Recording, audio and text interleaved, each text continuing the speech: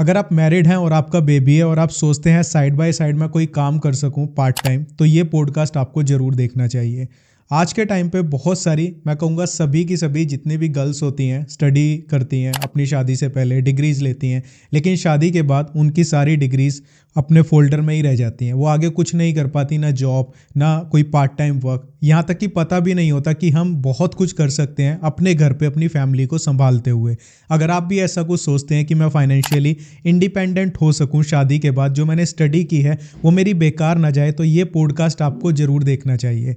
इस पॉडकास्ट में आप मिलेंगे एक ऐसी लड़की से जो कि खुद मैरिड है, उनके बेबी भी हैं और उसके साथ साथ वो फ्रीलांसिंग करती हैं। एक ऐसा काम जिसे कोई भी हाउसवाइफ सीख सकती है या फिर कोई भी स्टूडेंट सीख सकता है और घर बैठकर ऑनलाइन फ्रीलांसिंग कर सकता है, फाइनेंशियली इंडिपेंडेंट बन सकता है और अपने ड्रीम्स को भी पूरा कर सकता है। तो चलिए बिना किसी देरी के हम अपने गेस्ट को इनवाइट करते हैं।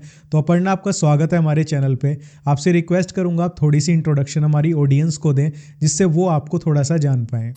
सो हाय, आई एम अपर्णा। मैं एक मॉम भी हूँ, एक होम मेकर भी हूँ और प्लस फ़िलहाल मैं 7 मंथ प्रेग्नेंट भी हूँ। सो आज से 5 साल पहले की बात है, जब मैं जॉब कर रही थी एक कॉर्पोरेट फर्म में एज अ डिज़ाइनिंग डिपार्टमेंट में एज अ डिज़ाइनर। सो उस टाइम पे जॉब इट्स लाइक ठीक है, आप मतलब शादी के बाद नॉर्मल जॉब कर रहे हो तो तब तक तो ठीक है, लेकिन जब आप मदरहुड फेज़ में आते हो ना, तब एक मदरहुड फेज़ में ये हो जाता है कि अब आप कैसे करोगे, राइट? क्योंकि मदरहुड फेज़ में मैं क्या बोलूँ, जब प्रेगनेंसी जब मेरी हुई तो भी मुझे जॉब से रिज़िग्नेशन लेना पड़ गया था, बिकॉज कंपनी को पता चल गया था, तो वहाँ से आपको एक रिज़िग्नेशन हो गया एंड देन उसके बाद वहाँ से सारी चीज़ें चेंज हो गई एंड देन मदरहुड फेज़ में आने के बाद मुझे रियलाइज़ हुआ कि नहीं, अब कुछ और करना है। तो फ्रीलांसिंग जो था वो एक एक्सीडेंटली हुआ, मतलब ऐसा कुछ प्लान नहीं था कि फ्रीलांसिंग करनी है। सो या तो बेसिकली जॉब के बाद कितना ड्यूरेशन ऐसा था कि आप ना, जो ये होता है कि हम कुछ कर रहे हैं, वो टच आपका कितने टाइम तक आप उस चीज़ से दूर हो गए कि आपने कुछ नहीं किया, जस्ट अपने होम घर पे ही थे अपनी फैमिली और अपने बेबी के लिए? जब प्रेगनेंसी स्टार्ट हुई थी मैंने 7 मंथ प्रेगनेंसी तक काम किया है। उसके बाद जब कंपनी में ऑलमोस्ट पता चल गया, क्योंकि ऑब्वियसली आप खुद नहीं बताते, क्योंकि चीज़ें ये होती हैं कि हाँ अभी रुक कर बताएंगे। सो जब कंपनी में ऑलरेडी मुझे बताना पड़ा कि नहीं, अब it's a high time now disclose, तो फिर जब रिजिग्नेशन हो गया तो फिर ये हुआ कि चलो ठीक है, कोई नहीं, इट्स ओके, फिर रीस्टार्ट कर लेंगे। बट आपको पता ही है मदरहुड के बाद रीस्टार्ट करना it's a big task, right? क्योंकि वो एक पूरी चीज़ें फिर से शुरू करना और रीस्टार्ट का मतलब ये नहीं होता है ना कि आपने जहाँ छोड़ा था वहाँ से आप शुरू करोगे।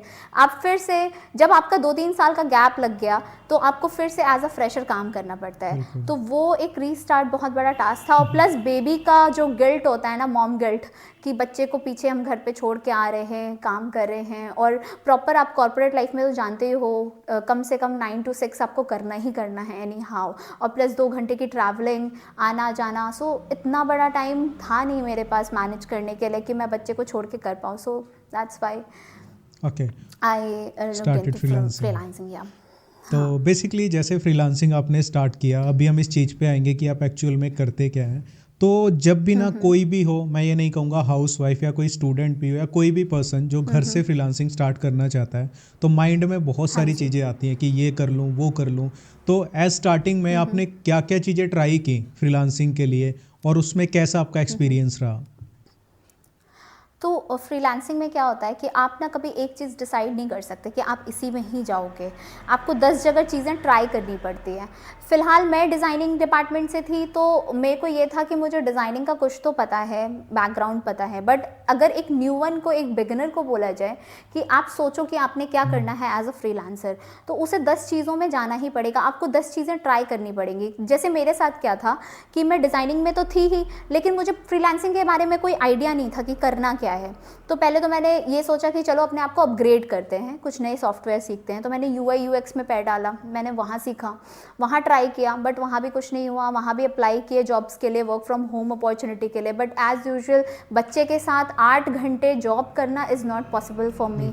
ऐसा नहीं है मैंने ट्राई नहीं किया, मैंने बहुत जगह ट्राई किया, मतलब बहुत सारी कंपनीज, ऑलमोस्ट 100 ऑफ कंपनीज में मैंने इंटरव्यू दिए होंगे, और 5-6 कंपनी में तो मैंने ज्वाइनिंग भी कर ली थी, बट वही है 15 डेज 20 डेज करने के बाद मुझे छोड़ना पड़ गया।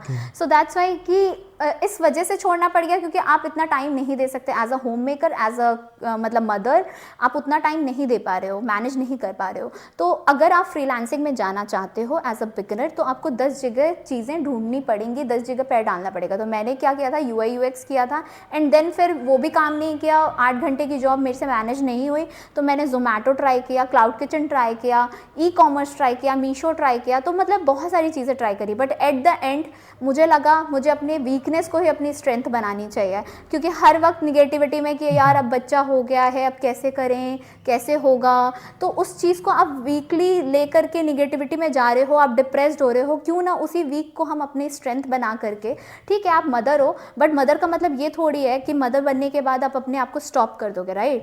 आपके पास और भी अपॉर्चुनिटीज़ हैं जिसमें आप जा सकते हो, बट बस वही है, थोड़ी सी नज़रिया चेंज करने की बात है कि थोड़ा सा अपने आप को एक्सप्लोर करो, चीज़ें ट्राई करो, ट्राई एंड टेस्ट इट करो। बिकॉज ऐसा नहीं हो सकता कि आप आज सोचो कि यार मुझे यही करना है तो मैं यही कर पाऊंगी, और वो नहीं किया तो मैं फेल हो गई। जितनी बार आप फेल हो गए ना, उतनी बार आपके पास ऑप्शंस होंगे कि आप किसी ना किसी चीज़ में पास हो जाओ। ओके। तो वही चांस आपको लेना पड़ेगा। तो बेसिकली मैं एक क्वेश्चन आपसे पूछता हूँ जो कि वैसे बीच में पूछना था कि नॉर्मली अभी आप जो कर रहे हैं वो तो हम डिस्क्लोज करेंगे आप क्या कर रहे हो, अभी के टाइम पे जो आप फ्रीलांसिंग कर रहे हो उसके बेस पर नॉर्मली कितना आप अर्न कर लेते हो, जो एक होता है ना एवरेज, ऑन एन एवरेज? तो ऑन एन एवरेज मैं 40-50,000 मंथली का बता रही हूँ वैसे तो, बट ऐसा भी होता है कि मंथली में आप 1 लाख कर लो बट नेक्स्ट मंथ आपका कुछ भी ना हो, तो ऑन एन एवरेज आप समझ के चलो कि 50,000 तक मेरा ईजिली अर्न हो जाता है। और मैं ज़्यादा से ज़्यादा टाइम देती हूँ 2 घंटे से 3 घंटे, क्योंकि मैंने 1 साल पहले चीज़ें सीखी हैं, लर्निंग फेज अपना करके आई हूँ। अभी आप ये नहीं सोच सकते कि आप अगर अभी बिगनर हो और आप एकदम आए हो, एंट्री किए हो, तो एकदम से 40-50,000 अर्न करने लग जाओगे, नहीं, क्योंकि मुझे भी अपनी पहली अर्निंग करने में 3 महीने लगे थे। ओके। तो बेसिकली अभी देखो आपने ये तो जान लिया कि एक्चुअल में एज अ होम मेकर ये कितना अर्न कर लेती हैं घर से फ्रीलांसिंग करके। अब बात आती है एक्चुअल में करती क्या है, कहाँ पर करती हैं, कैसे करती हैं, वो हम इनसे पूछते हैं। तो आप जो अभी कर रहे हैं वो एक्चुअल में क्या काम है और किस तरीके से आपने सीखा, कितना टाइम सीखने में लगा, वो थोड़ा सा डिटेल में ऑडियंस को बताएं ताकि जो लोग करना चाहते हैं वो इस पॉडकास्ट को देख के अपना स्टार्ट भी कर पाएँ। राहुल, मैं जैसे कि आपको मैंने पहले ही बताया है कि मैं डिज़ाइनिंग से हूँ बैकग्राउंड से, ठीक है? तो मैं बेसिकली डिज़ाइनिंग का ही काम करती हूँ, जैसे कि ब्रांडिंग हो गया, लोगो डिज़ाइन हो गया, ग्राफिक्स हो गए, पोस्टर्स हो गए। और मैं ये नहीं कहूँगी कि मैं सिर्फ एक चीज़ पे स्टिक हूँ, मेरे 10 चीज़ें चल रही हैं। मैं कंटेंट मार्केटिंग में भी हूँ, और पता है सबसे बड़ी खूबसूरती की बात ये है फ्रीलांसिंग की कि आप 10 चीज़ें एक साथ कर सकते हो। मतलब आपको ना ये ऐसे बंधा हुआ नहीं रहना है कि जॉब में तो आपको पता है कि आपने एक ही चीज़ करनी है, आप उसके अलावा कहीं और सोच ही नहीं सकते, 8 घंटा आपको एक ही चीज़ में देना है।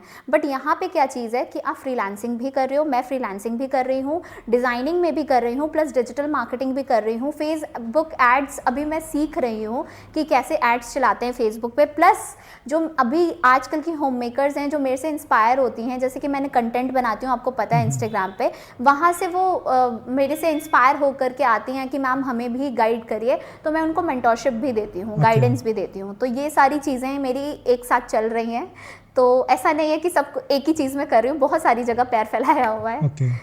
तो बेसिकली जैसे आपने बताया डिज़ाइनिंग कर रहे हैं, तो जो डिज़ाइनिंग आप कर रहे हैं तो बेसिकली वो कौन से प्लेटफॉर्म पे करते हैं? उसको सीखना एज अ न्यू बिगिनर के लिए मुश्किल है, कोई बैकग्राउंड चाहिए टेक्निकल, तो उसके बारे में थोड़ा सा बताओ। ठीक है। आपको अगर आप एक बिगनर हो तो आपको ऐसा नहीं है कि प्रॉपर प्रोफेशनल डिग्री ही चाहिए, ठीक है? मैं तो प्रोफेशनल हूँ थोड़ी, तो मुझे आइडिया है कौन कौन से सॉफ्टवेयर यूज़ होते हैं। एक तो फोटोशॉप है जब मैं अपने ग्राफिक में यूज़ करती हूँ, दूसरा मैं UI UX भी मुझे पता है, तो UI UX के लिए फिग्मा यूज़ होता है। तो फिग्मा आजकल लोग नॉर्मल पोस्टर्स वगैरह के लिए भी यूज़ कर रहे हैं, डिज़ाइनिंग के लिए भी यूज़ कर रहे हैं, बट आपके लिए फिग्मा ज़्यादा ईजी होता है फॉर द UI UX, जो कि ऐप वगैरह डिज़ाइन करने में रेडी किया जाता है। एंड तीसरा सबसे इजी टूल है जो सबसे बेस्ट है for the beginners, it's a Canva. Canva जो है इस वजह से इजी और बेस्ट बोल रही हूँ क्योंकि एक तो ये फ्री टूल है फॉर द बिगनर्स जिनको कोई पैसे नहीं लगाने, आप फ्री में उस कैनवा को अपना लॉगिन करो, रजिस्टर करो अपने आप को एंड देन आप स्टार्ट कर सकते हो, यू गुड टू गो। और उसमें आपको सिर्फ सारे टेम्पलेट्स दिए रहेंगे, बस आपकी थोड़ी सी क्रिएटिविटी लगेगी माइंड की, दैट्स इट। अब वहाँ से अपनी चीज़ें शुरू कर सकते हो एज अ बिगिनर। और अगर आप बिगनिंग में शुरू करते हो, ज़्यादा से ज़्यादा आपको 1 हफ्ता लगेगा कैनवा सीखने में, ठीक है। जब आप थोड़ी अर्निंग करना शुरू कर दो उसके बाद आप कैनवा का पेड टूल भी ले सकते हो, बट बिगनिंग में आपको कोई पैसे लगाने की ज़रूरत नहीं है कैनवा में। तो स्टार्टिंग में जैसे आपने बताया कि 1 वीक लगेगा कैनवा को सीखने में, मैं भी यूज़ करता हूँ, बहुत ईजी है।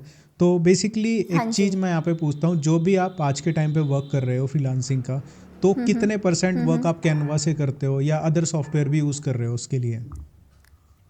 मैं बहुत सारे सॉफ्टवेयर यूज़ करती हूँ। मैं एक्चुअली कैनवा से एडिटिंग यूज़ करती हूँ फॉर द एडिटिंग थिंग, क्योंकि कैनवा बहुत इजी है एडिटिंग के लिए। और सबसे बढ़िया बात यह है कि लैपटॉप की ज़रूरत भी नहीं है उसके लिए, तो आप फ़ोन में ईजिली यूज़ कर सकते हो। मैं खाना बना रही हूँ, बच्चे को रेडी कर रही हूँ, थोड़ी सी फ्री हुई, फटाफट क्या फ़ोन उठाया, एडिटिंग कर लिया, मुझे पोस्ट डालना है मैंने पोस्ट डाल दिया। आपको इंस्टाग्राम के हाईलाइट्स बनाने हैं, आपने फ़ोन उठाया, फ़ोन में ही एडिटिंग आराम से हो जाती है कैनवा की। उसके लिए आपको कोई बड़े लैपटॉप की ज़रूरत नहीं है स्टार्टिंग में कि आपको लैपटॉप चाहिए ही चाहिए। हाँ तो जी। बेसिकली जैसे आप क्लाइंट का काम करते हो, जैसे फॉर एग्जांपल लोगो डिज़ाइनिंग हो गया, पोस्टर्स बनाने हो गए, तो इसके लिए आप फोटोशॉप यूज़ कर रहे हो या फिर कैनवा को ही यूज़ कर रहे हो? मैं पहले करती थी फोटोशॉप यूज़, बट अब कैनवा बहुत इजी है तो मैं कैनवा ही यूज़ करती हूँ, क्योंकि Canva is very friendly, user friendly है बहुत ज़्यादा। तो बेसिकली अगर हमें फ्रीलांसिंग कोई वर्क मिलता है ग्राफिक डिज़ाइनिंग से रिलेटेड, तो हम वो कैनवा पे कर सकते हैं, उसमें कोई इशू नहीं है? आराम से आप एज अ बिगनर अगर आपको कुछ में देखो, बिगनर में आपको प्रो लेवल की चीज़ तो मिलेगी नहीं करने के लिए, राइट। आपको बिगनर में आप छोटे ही प्रोजेक्ट्स उठाओगे, है ना। तो उस छोटे प्रोजेक्ट्स को करने के लिए आप इजीली कैनवा का यूज़ कर सकते हो। और मैं तो कहूँगी आजकल जो प्रो भी है ना, वो भी यूट्यूब के जो थंबनेल्स बनाते हैं वो नॉर्मल कैनवा से ही बनाते हैं, वो पेड टूल यूज़ नहीं करते। बट हाँ, आपको कहीं कहीं पेड टूल यूज़ करना पड़ जाता है अगर आप बहुत ही ज़्यादा प्रोफेशनल वे में किसी और कंट्री को प्रोजेक्ट दे रहे हो तो वहाँ पे। तो बेसिकली कोई एज अ नॉर्मल कर रहा है तो यहाँ से काम करके वो अर्न कर सकता है कैनवा आराम से। हाँ, 20-25-30,000 तक आप as a beginner normal Canva use करके आराम से कर सकते हो। और इतना अगर अर्न कर ही रहे हैं तो उसमें हम पेड में भी जा सकते हैं, तो वहाँ पे और फीचर्स मिल जाते हैं। एग्जैक्टली, जब आपको पता है कि अमाउंट लगाने से मुझे और प्रोजेक्ट्स मिल जाएंगे तो आप उतना अमाउंट, और अमाउंट ज़्यादा नहीं है, आई थिंक 200 या 300 मंथली है इसका पेड टूल का जो। हाँ, तो बेसिकली ये तो रही बातें कि एक्चुअल में फ्रीलांसिंग में ये करते क्या है, क्योंकि फ्रीलांसिंग में बहुत सारी स्किल्स होती हैं। इन्होंने डिज़ाइनिंग चुनी और डिज़ाइनिंग में भी इन्होंने सेलेक्ट किया कैनवा को। जिन लोगों को नहीं पता मैं बता दूं, कैनवा की एक ऐप भी है, वेबसाइट भी है, आप कहीं पर भी यूज़ कर सकते हैं। एक ऐसा टूल है जहाँ पर आप लोगोस, ग्राफिक्स वगैरह बहुत ही ईजिली बना सकते हो। सिर्फ ड्रैग एंड ड्रॉप होता है, वहाँ पर सारे ऑप्शन सामने होते हैं। टेक्स्ट लगाना है, ग्राफिक्स लगाना है, कुछ भी करना है, सब कुछ सामने है। आपको ड्रैग एंड ड्रॉप करना है, अपने माइंड की थोड़ी सी क्रिएटिविटी को यूज़ करना है, दैट्स इट। इतने में काम हो जाता है वहाँ पे।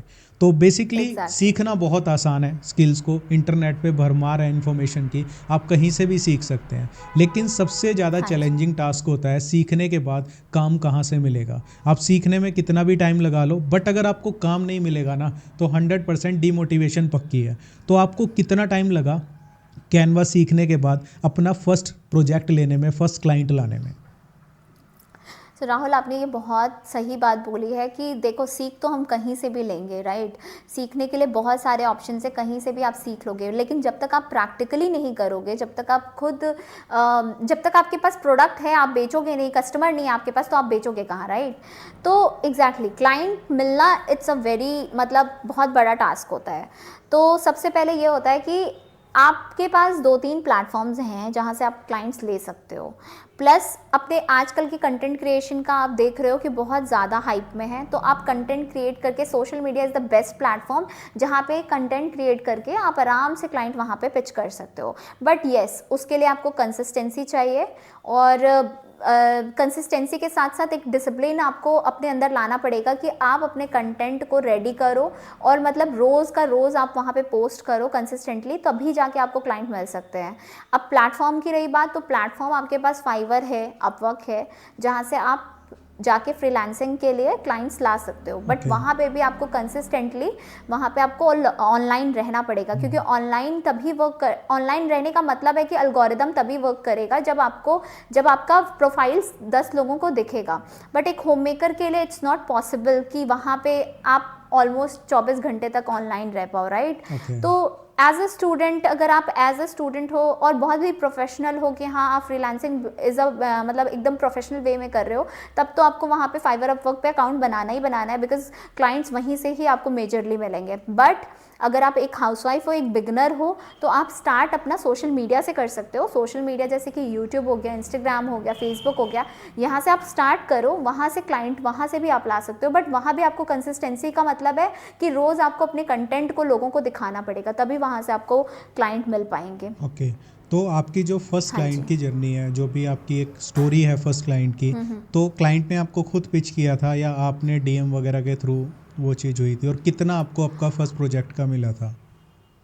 ओके, सो बेसिकली मेरा जो पहला क्लाइंट था वो इंस्टाग्राम के ही थ्रू आया था, एंड मैंने 90 डेज़ का प्रॉपर कंटेंट रेडी किया था एंड 90 डेज़ तक कंसिस्टेंटली काम किया था, बिकॉज मेरे को ये पता था कि इंस्टाग्राम पे आपको कंसिस्टेंसी के साथ काम करना है। कंटेंट अगर आप डालते हो तभी आपका कंटेंट वायरल जाता है।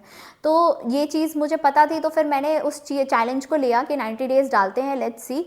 और पहले तो देखो पैसे भी नहीं है हाथ में और कुछ भी नहीं है, तो ये होता है कि चलो भाई कुछ नहीं से कुछ कर रहे हैं, लेट्स सी कुछ हो जाए। तो बस एक अपने दिमाग में रखना है कि आपने सिर्फ अपना पॉजिटिव वे में काम करना है और ये सोचना है कि कुछ ना तो होगा ही। तो बस वो पॉजिटिविटी के साथ काम करो, 90 डेज़ का चैलेंज लो, कंसिस्टेंसी के साथ रोज़ एक कंटेंट डालो, और अगर आपका कोई एक कंटेंट वायरल चला गया तो आपको क्लाइंट्स की कमी नहीं होगी, क्लाइंट्स आपको आराम से मिल जाएंगे। ओके। तो बेसिकली मैं एक चीज़ यहाँ पे अपनी ऑडियंस को कहना चाहूँगा, अगर आप फ्रीलांसिंग स्टार्ट करते हैं, कोई भी स्किल आप ऑनलाइन स्टार्ट कर रहे हो, तो स्टार्टिंग में ये एक्सपेक्टेशन मत रखना कि आपको रिजल्ट मिल जाएगा। जैसे कि फॉर एग्जांपल आपको एकदम से क्लाइंट्स मिल जाएंगे। आप ज़्यादातर लोग क्या करते हैं, सिर्फ फिगर्स को नोटिस करते हैं कि कोई इंसान 1 लाख अर्न कर रहा है, कोई 50,000 कर रहा है, जैसे 40 to 50 अर्न कर लेते हैं पर मंथ, ठीक है। अप डाउन चलते रहते हैं, तो आप उस जगह मत जाना। इनकी स्ट्रगल को भी देखना कि इन्होंने 90 डेज चैलेंज किया, वहाँ पे इतना रीच नहीं मिला, मतलब मेहनत जारी रखी अपनी, चाहे रिजल्ट मिले या ना मिले, डिसिप्लिन के साथ अपना वर्क करते रहो, लर्न करते रहो, तभी आपको रिजल्ट्स मिलना शुरू होता है। तो इस चीज़ को ज़रूर नोटिस करना।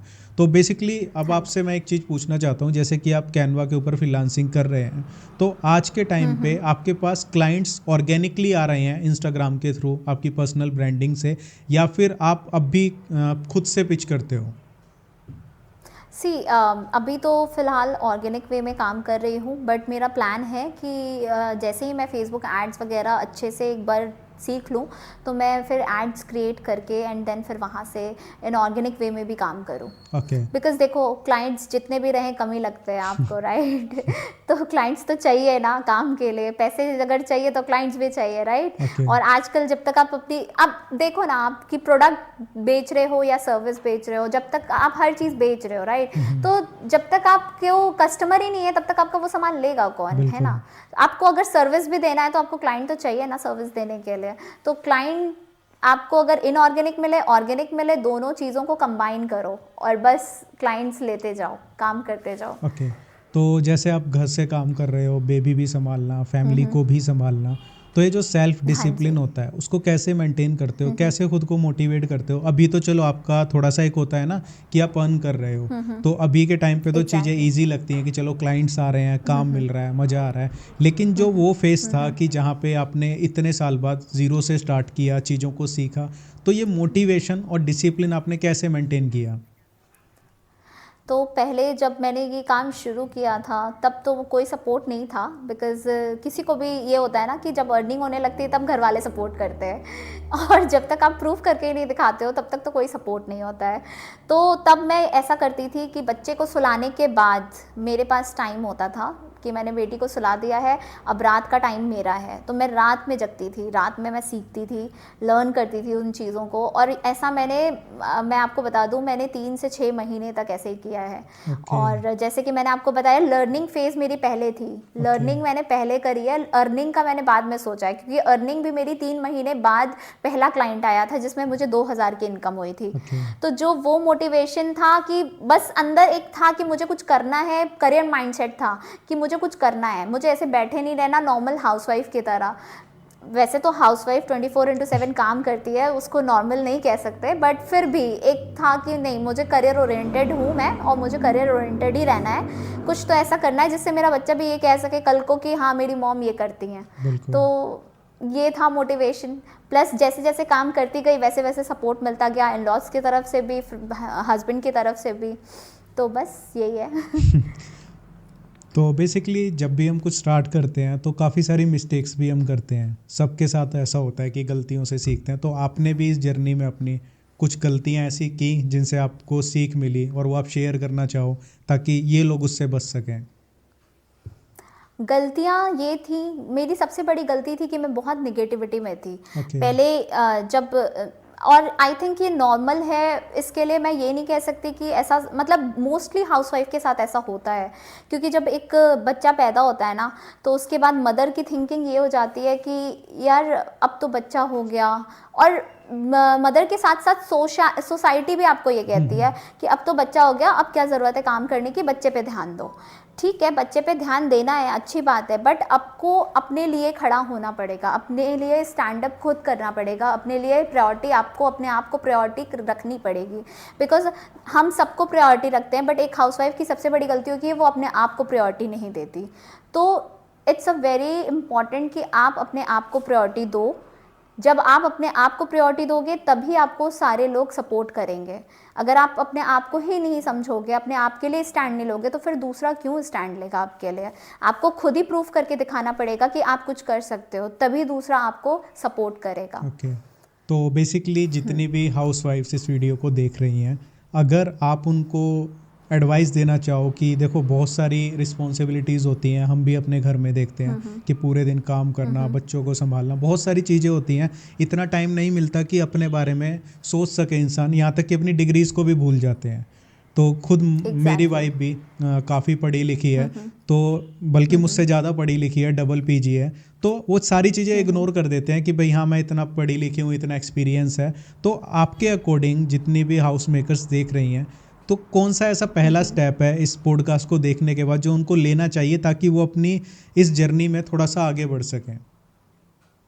सबसे पहले सबसे इम्पॉर्टेंट चीज़ जो है एक होम मेकर के लिए, कि वो पहले अपने बारे में सोचना शुरू करे।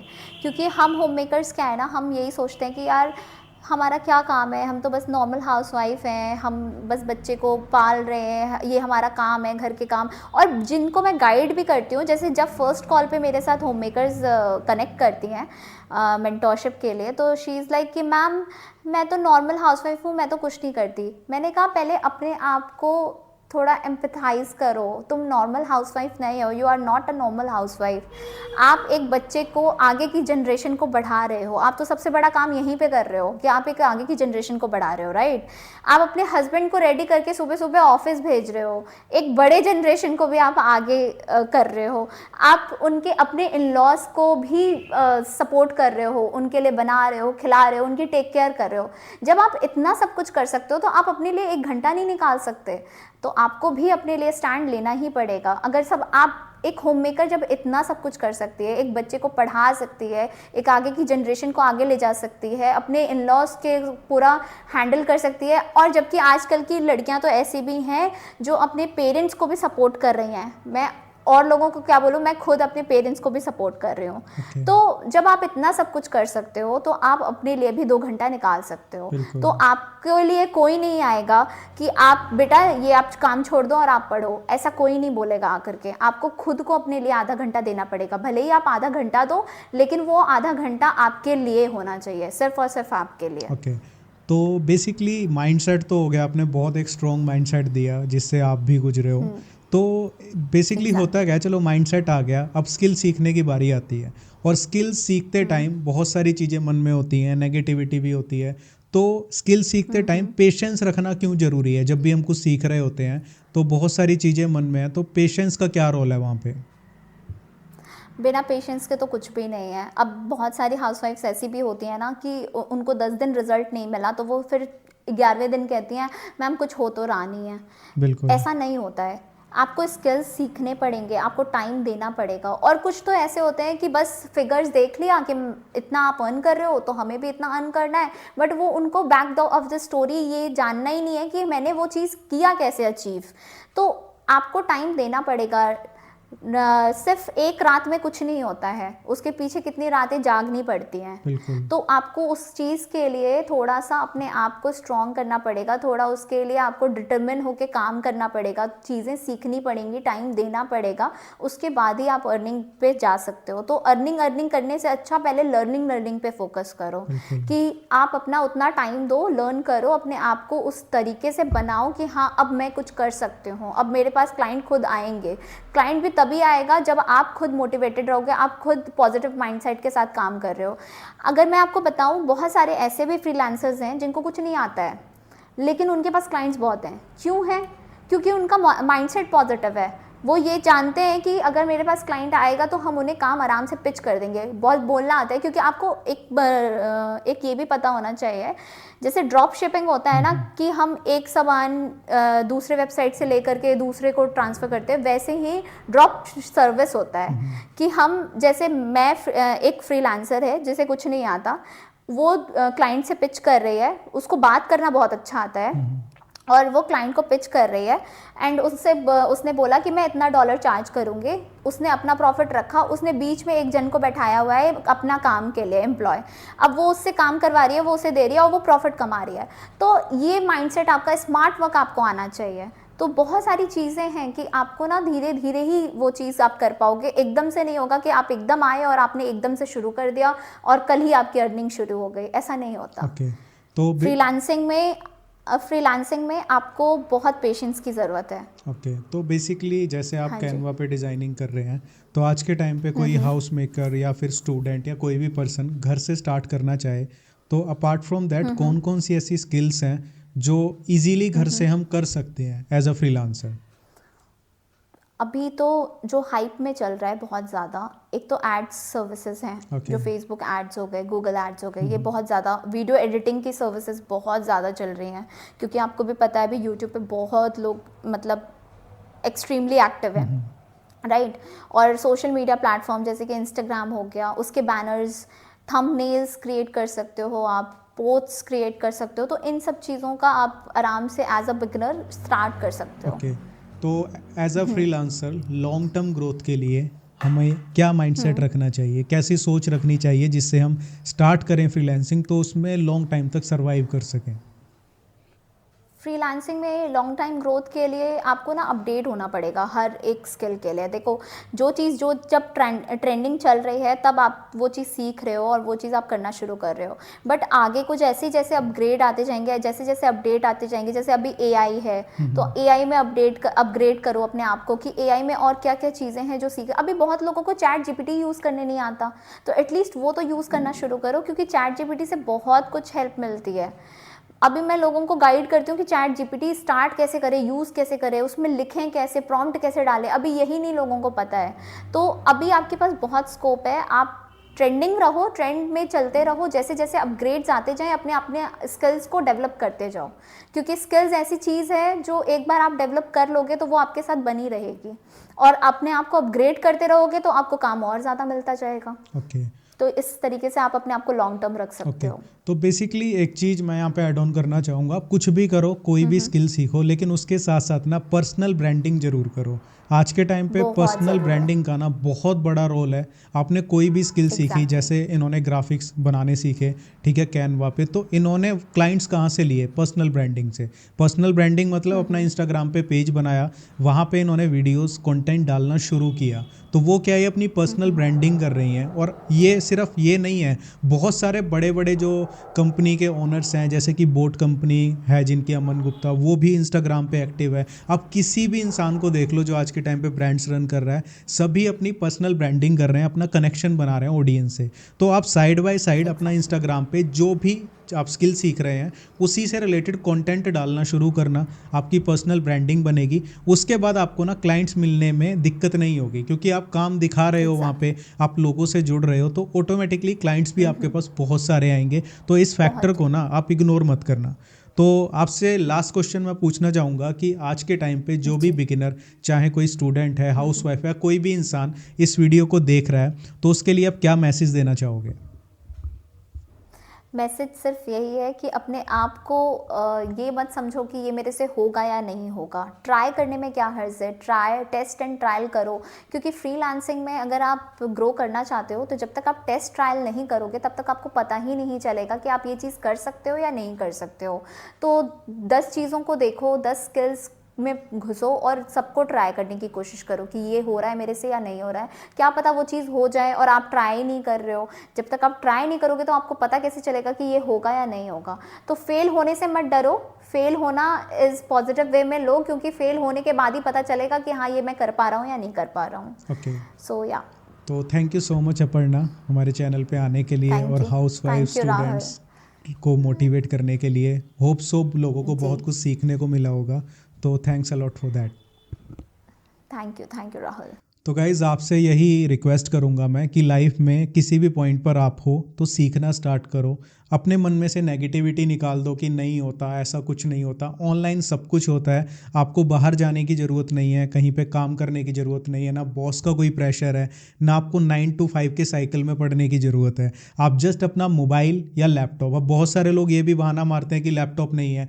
अपर्णा ने बताया कि मोबाइल से भी आप कैनवा पे कर सकते हो, क्योंकि उसकी ऐप भी है, वेबसाइट भी खुल जाती है, और वहाँ पे एज सच इतना डिफिकल्ट कुछ भी नहीं है। तो जस्ट आपके सारे बहाने हैं, आज से स्टार्ट करो। अगर माइंड क्रिएटिव हुआ तो आप इस फील्ड में बहुत आगे तक जा सकते हो। तो मिलता हूँ आपसे नेक्स्ट वीडियो में, तब तक के लिए स्किल सीखो, मेहनत करो, सक्सेस आपको तभी मिलेगी। Bye bye.